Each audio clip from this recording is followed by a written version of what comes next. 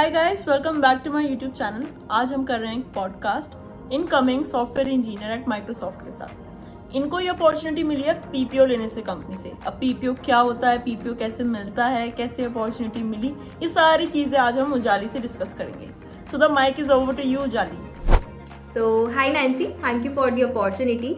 So, hello everyone, I am Ujali Sharma, currently a 4th year student at IGG2W and an upcoming SDE at Microsoft. So, last summer I interned at Microsoft and after that I received my PPO offer.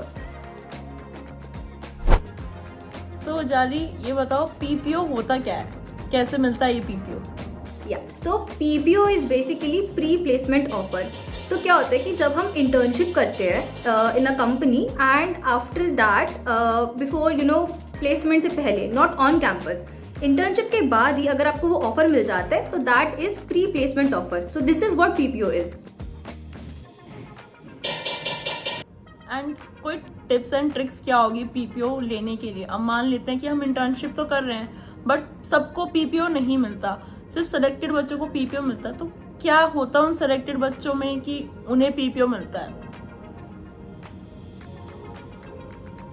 Okay, so first of all, अब ये ना सबके साथ होता है कि what happens कि जब हम इंटर्नशिप में जाते हैं, ऐसा मेरे साथ भी हुआ था कि we ask for guidance from everyone, every senior, every FTE जिसने पहले इंटर्न करी हो, कि आखिर ऐसा करते क्या है इंटर्नशिप में कि जिससे हमें पीपीओ मिले. सो फ्रॉम माई एक्सपीरियंस और जो मैंने सीखा, I will be discussing few points जो हो सकता है आपके पीपीओ में मदद करें. So firstly is clear your basics. तो क्या होता है कि ऐसी ना मिस्टेक बहुत सारे इंटर्न्स करते हैं कि क्या होता है कि हमारे पास प्रोजेक्ट आता है और फिर हमें लगता है कि अरे पीपीओ के लिए तो सबसे पहली प्रायोरिटी है प्रोजेक्ट ख़त्म करने की. तो ऐसा मैंने भी किया था मेरे साथ. बट इसमें क्या होता है कि हम लोग अचानक से ना प्रोजेक्ट बनाने में यानी कोडिंग करने में कूद जाते हैं. बट द थिंग इज कि जब when I was doing this, तो what happened with me कि when I was going through the documentation and the resources, what I found कि इतनी नए टर्म्स, इतनी नई टेक्नोलॉजीज, इतनी नई चीज़ें वहाँ पे थी which I was not able to understand directly. So मुझे वो बार बार बैक ट्रैक करनी पड़ रही थी. सो उसकी वजह से I found कि I'm investing already a lot more time than required in understanding those documentations and resources. और फिर उसको फिगर आउट करना कि कौन सी चीज़ कहाँ यूज़ हो रही है, उसमें मुझे थोड़ी प्रॉब्लम हो रही थी. सो उसके बाद मैंने थोड़ा अपना वे चेंज करा. Like I went from the basics, I understood the firstly basic concepts that are required for the project development. And trust me, उसके बाद प्रोजेक्ट डेवलपमेंट एक्सेलरेट हो गया था. Like the documents I was reading, the resources I was going through, I was clearly able to understand कि okay what, like which term means what, and I was able to figure out कि okay इस चीज़ को हम यहाँ use कर सकते हैं, इस चीज़ को हम यहाँ यूज़ कर सकते हैं. So yeah, this is what I guess other interns can do. Secondly, interaction. Like it is very important to interact with other people, with your mentor, manager, teammates, other interns. It is very important to have a good interaction with them.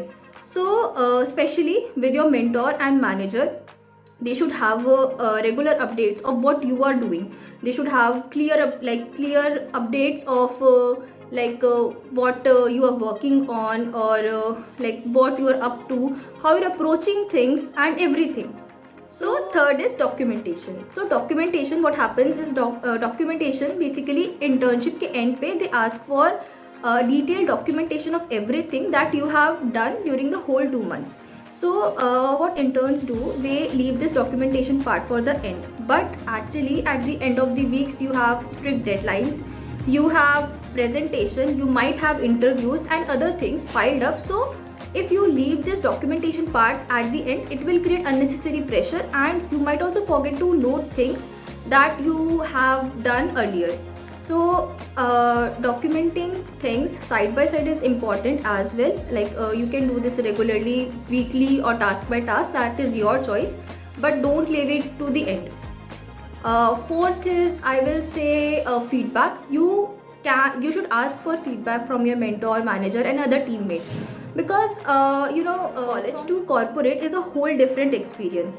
So what happens that if you ask for feedback from your mentor or other teammates or manager, it will not even only help you during the internship part, but also after that.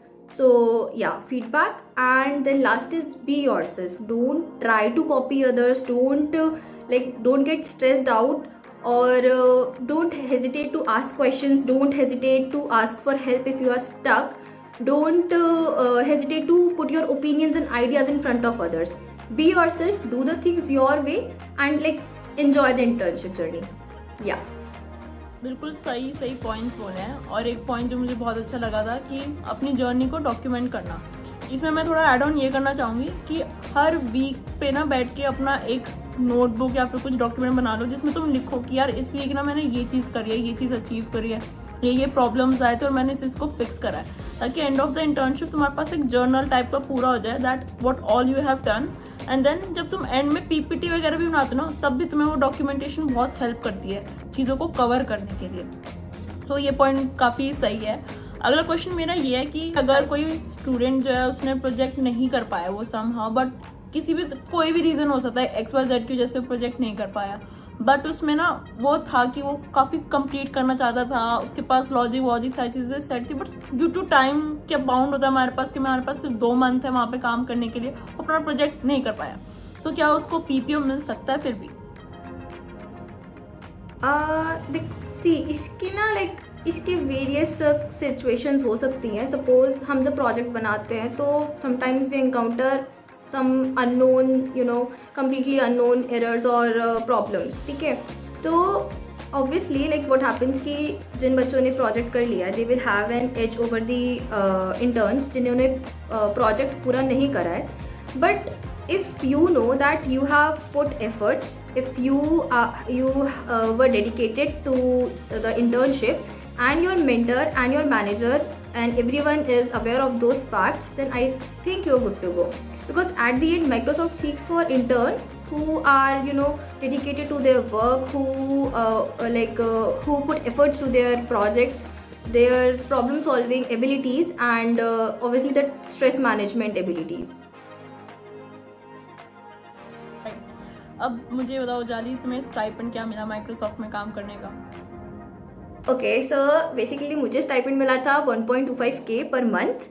और but हाँ, जैसे मेरी तो location Noida थी तो मुझे relocation allowance नहीं मिला था, बट जो बच्चे हैदराबाद और बैंगलोर गए थे उन्हें 1 लाख रीलोकेशन अलाउंस भी मिला था। दैट्स ग्रेट, बहुत अच्छा, मतलब बहुत अच्छा पैकेज है। इंटर्नशिप लेवल पे इतना कोई कंपनी नहीं देती जितना माइक्रोसॉफ्ट दे रही है। अच्छा, तो नेक्स्ट क्वेश्चन मेरा ये होगा कि तुम्हारा इंटरव्यू भी हुआ था, जब तुम्हें PPO से पहले तुम्हारे इंटरव्यूज़ वगैरह भी हुए थे, तो वो उन इंटरव्यूज़ में क्या पूछते हैं, क्या क्या DSA का लेवल होता है और कैसे उसके लिए प्रिपेयर करें? सो जो मेरा इंटरव्यू हुआ था इंटर्नशिप से पहले, सो बेसिकली DSA तो वेरी की पावर इनफाइनाइट इंपॉर्टेंट होता है इंटरव्यूज़ के लिए, ठीक है। तो DSA प्रैक्टिस करने के लिए LeetCode, कोडशेफ और ऐसे और भी प्लेटफॉर्म्स है जो अवेलेबल है।